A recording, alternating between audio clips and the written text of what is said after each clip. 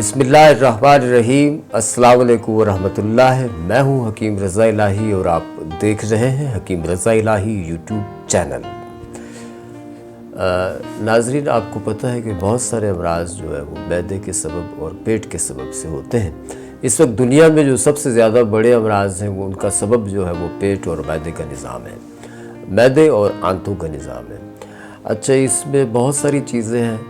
بہت سارے جو ہے وہ معاملات ہوتے ہیں، کیونکہ بعض کو قبض ہوتی ہے، بعض کو گیسز ہوتے ہیں، بعض کو IBS کا مسئلہ ہوتا ہے، بعض لوگوں کو H پائلوری کا مسئلہ ہوتا ہے، بعض لوگوں کو ورم رہتا ہے معدے میں۔ لیکن ایک پیچیدہ مرض پیدا ہوتا ہے جس کو بولتے ہیں معدے کا گیس۔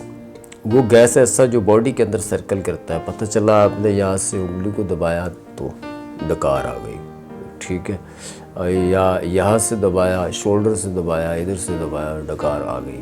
اور اس کے ساتھ ساتھ جو ہے وہ پیٹ میں ایک نفخ کی کیفیت، نفخ یا نفاخ بھی اسے کہا جاتا ہے، کھانے کے بعد پیٹ میں ایک پھارے کی کیفیت رہنا،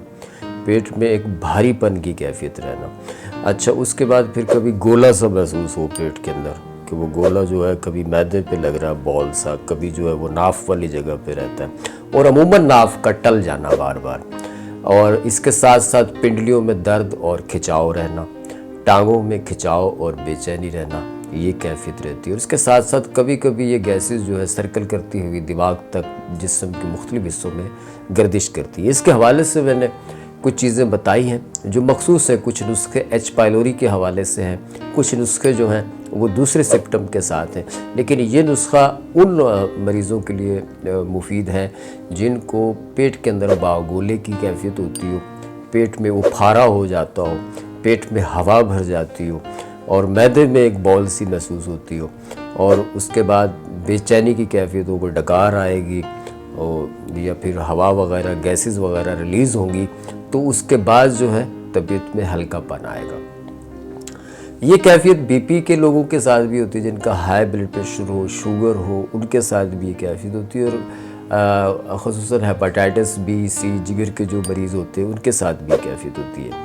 اور ایسے بھی لوگ ہوتے ہیں جن کی بار بار ناف ٹل جاتی ہے، ایسی خواتین ہوتی ہیں جن کی بار بار ناف ٹل جاتی ہے اور پھر مالش کرائی جاتی ہے، دائیوں سے مالش کرائی جاتی ہے، یا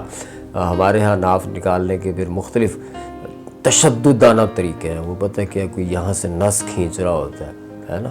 کوئی ایڑی سے جو ہے وہ ٹانگوں پہ زور دے رہا ہوتا ہے، مختلف پریشر پوائنٹس پہ کام کیا جا رہا ہوتا ہے، تو وہ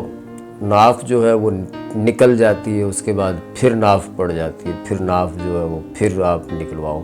اور خواتین جو ہے اس کے لیے وہ عموماً مالش وغیرہ یا دائیوں سے وہ کرواتی ہیں،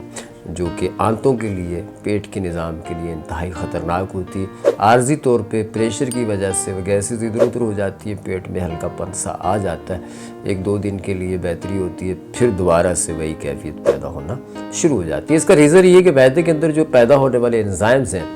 ان کا معدے کا اور بائل کا جو فنکشن ہے غذا کو ہضم کرنے کا، اور اس کے بعد پھر اس غذا کو آنتوں تک پہنچانے کے لیے جو انزائمز استعمال کیے جاتے ہیں، جو اس کا طبعی عمل اللہ تعالیٰ نے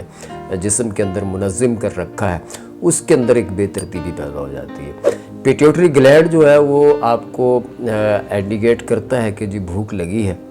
مخصوص قسم کے ہارمونز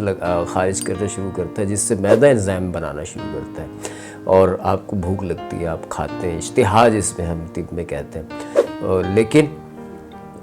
وہ ہضم کرنے میں مسئلہ ہو جاتا ہے۔ اور بعض ایسے پیشنٹ ہوتے ہیں کہ مخصوص غذائیں ان کو ہضم ہوتی ہیں اور کچھ نہیں ہو رہی ہوتی ہے نا۔ بعض لوگوں کو یعنی فرض کریں کہ جس دن نہاری کھا لیں، پائے کھا لیں، اس دن طبیعت خراب ہو جاتی ہے، ویسے پھول والی گوبھی کھا لیں طبیعت خراب ہو جاتی ہے، ویسے سادہ کھانا کھا رہے ہیں تو ٹھیک ہے وہ ہضم ہو رہا ہے، تو سمجھے یہ سارے لوگ پیٹ کے امراض کے مریض ہیں۔ اس میں بادی بواسیر بھی آ جاتی ہے، جسے مسوں والی بواسیر کہا جائے، اس کے ساتھ ساتھ جوڑوں کا درد بھی آ جاتا ہے۔ وہ بیماریاں جو ریح، بادی اور گیسز کی وجہ سے پیدا ہوتی ہیں، ان کے لیے یہ نسخہ ہے۔ نسخہ ذرا بڑا ہے سہل چیزیں اس میں کوئی مشکل نہیں ہے، لیکن تھوڑا سا بڑا نسخہ ہے جی۔ یہ تحمید میں نے اس لیے باندھی کہ سمپٹم جو ہوتے ہیں کیفیت کے، وہ آپ اپنی طبیعت کے ساتھ میچ کر لیں،